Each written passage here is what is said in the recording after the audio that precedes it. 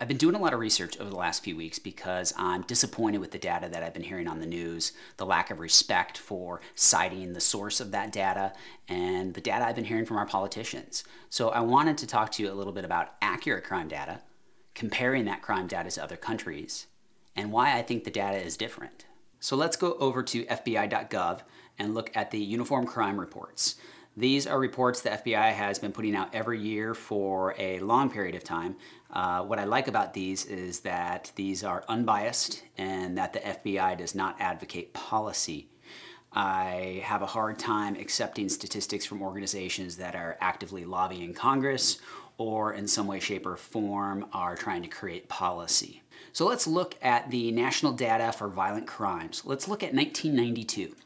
We'll see that in 1992 we had a violent crime rate of 757 per 100,000 and a murder rate of 9.3 per 100,000. Now let's fast forward to 2011. We have a violent crime rate now of 386 per 100,000. That is a 50% reduction in violent crime. We have a murder rate of 4.7 per 100,000. That is a 54% decrease.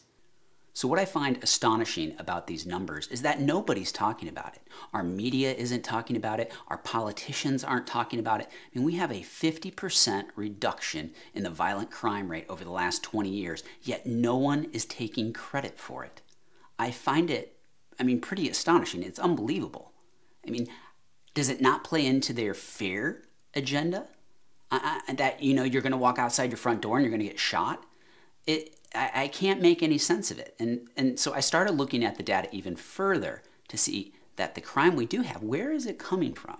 When you start to look a little more closely at the data, one thing you'll notice. In metropolitan areas where the population is greater than 250,000, our violent crime rate is double that of the national average. Our murder rate is double that of the national average as well. When looking at the data, you can pinpoint where the crime is coming from. You can dissect that data even further and look on a neighborhood level and see where the true trouble spots are. So I want to know, who's working on improving that?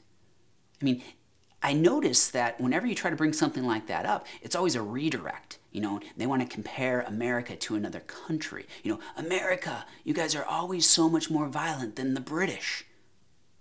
Are we? So let's go over and look at the Home Office. The Home Office keeps statistics that are comparable to the FBI.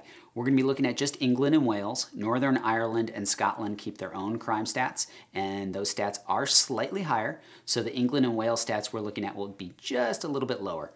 And just to let you know, England and Wales has a population of 56 million. Northern Ireland and Scotland would be about an additional 10 million. So we're just looking at the population of England and Wales. So look at 2011. 2011, England and Wales had 762,000 violent crime offenses. That is a ratio of 1,361 violent crimes per 100,000. That is 3.5 times the violent crime rate of the United States. England and Wales does have a murder rate of 1.3. That is lower than the United States, but I think it's important to also look at the overall violent crime. And this is something that you don't hear on the news because they want to pick and choose their stats that meets their agenda. But when you clearly look at overall violent crime, the UK has much, much more than ours. So, less guns does not necessarily mean less violent crime. Now, they do have a lower murder rate, but there's a lot of other factors to look at when you're comparing country to country. And there's one important piece of data that is not taken into consideration. As I already mentioned before, the United States, the bulk of our violent crime is in very small pockets in large metropolitan areas. In the US, we have 186 metropolitan areas where the population is 250,000 or greater. In the UK, they have only 32 metropolitan areas where the population is 250,000 or greater. There's a lot of different data to take into consideration when comparing country to country, and honestly, we've just scratched the surface. But one thing I'll tell you is our media and our politicians have not been clear with this. They make it seem so much easier than it is. And there are a few things that we do know. Over the past 20 years, our violent crime rate in the U.S. has dropped by 50%. We know where the crime is coming from, metropolitan areas with population of over 250,000. We know that the UK has a higher violent crime rate than us. And we also know that we have 6 times more large metropolitan areas than they do.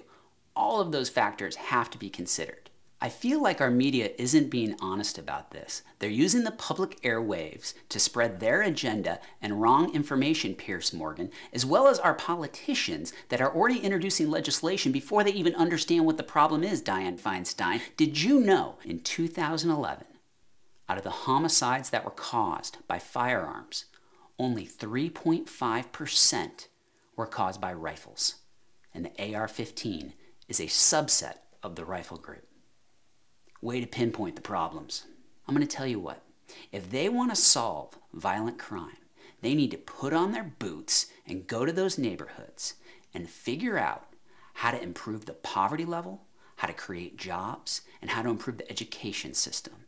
That is how you're going to reduce the violent crime in those neighborhoods.